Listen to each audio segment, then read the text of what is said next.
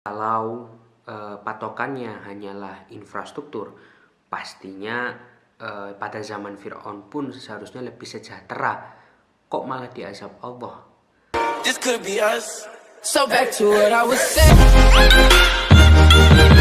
Could be us.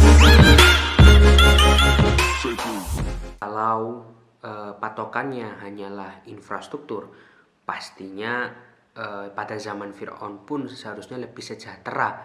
Kok malah diazab Allah? Lah, patokannya itu dari segi keimanan.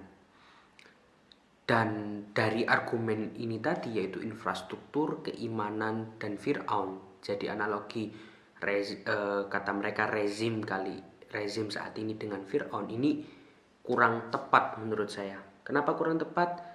Ada 2 poin yang menurut saya ini membuat argumen ini kurang tepat.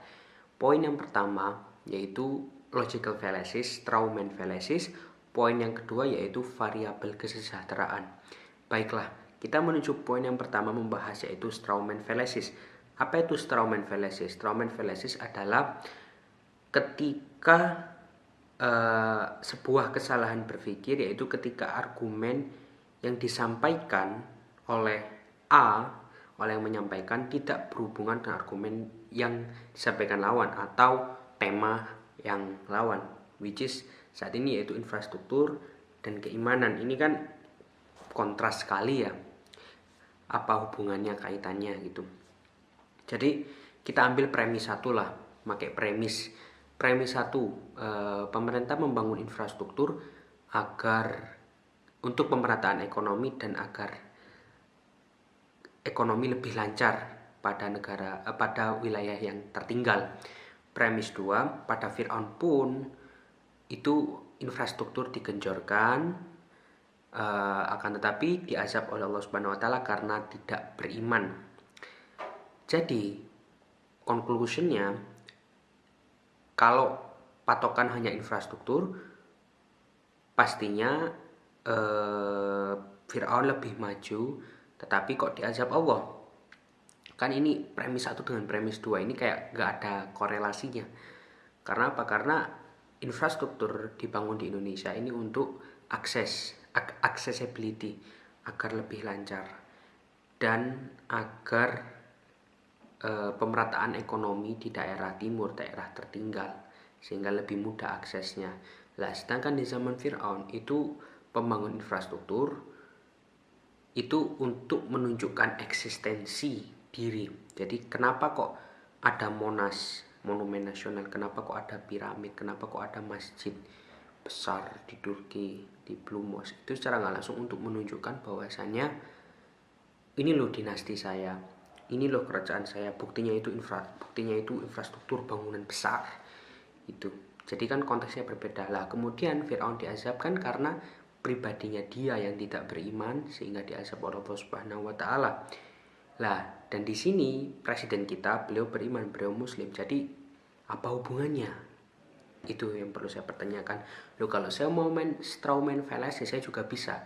Kalau patokannya hanya keimanan, pastinya malaikat aja lah yang tinggal di bumi.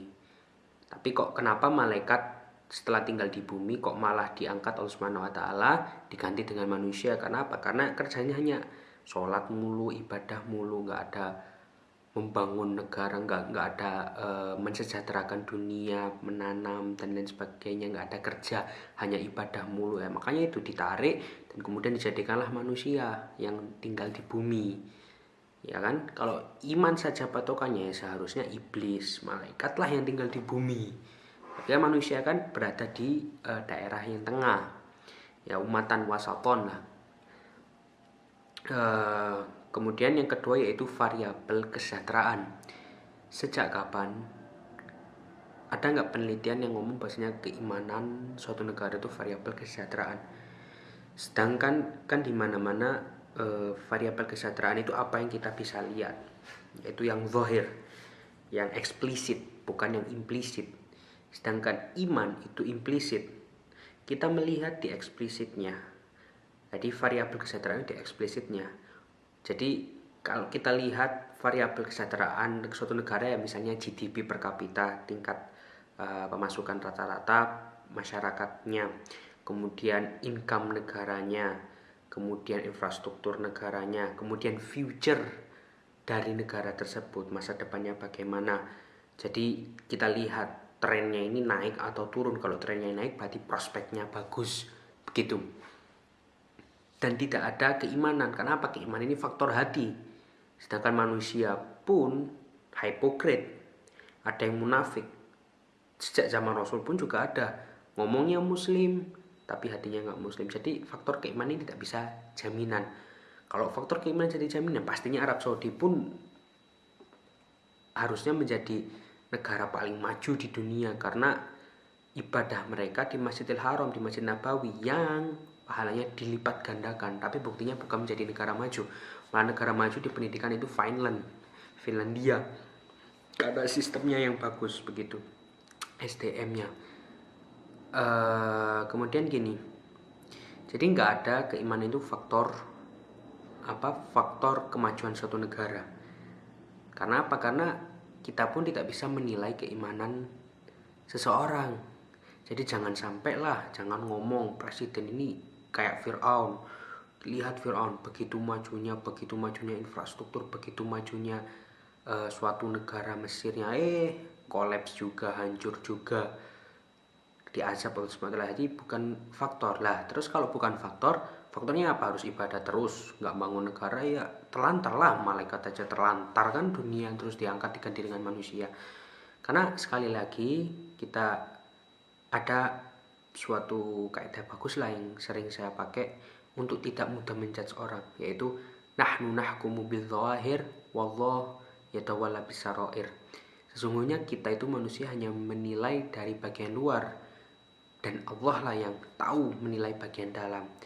Jadi selalu saya tekankan, jangan menuduh orang kafir, murtad, dan lain sebagainya, Fir'aun. Kenapa? Karena kita tidak tahu apakah beliau-beliau itu nantinya yang mungkin non-muslim, mungkin pada akhir hayatnya mengucapkan kalimat syahadat. Malah kita yang muslim mungkin pada akhir hayatnya tidak bisa mempertahankan kalimat syahadat dan mati ya innalillah, jangan sampai dalam keadaan tidak beriman itu. Jadi ya ayolah kita berpikir positif, terus menyampaikan kebaikan. Jadi share happiness lah, share positive content. Just that, saya Iqbal Irfan, Ivan Baraja, dan terima kasih. Oh ya, don't forget to subscribe and like dan comment. Just that, see you.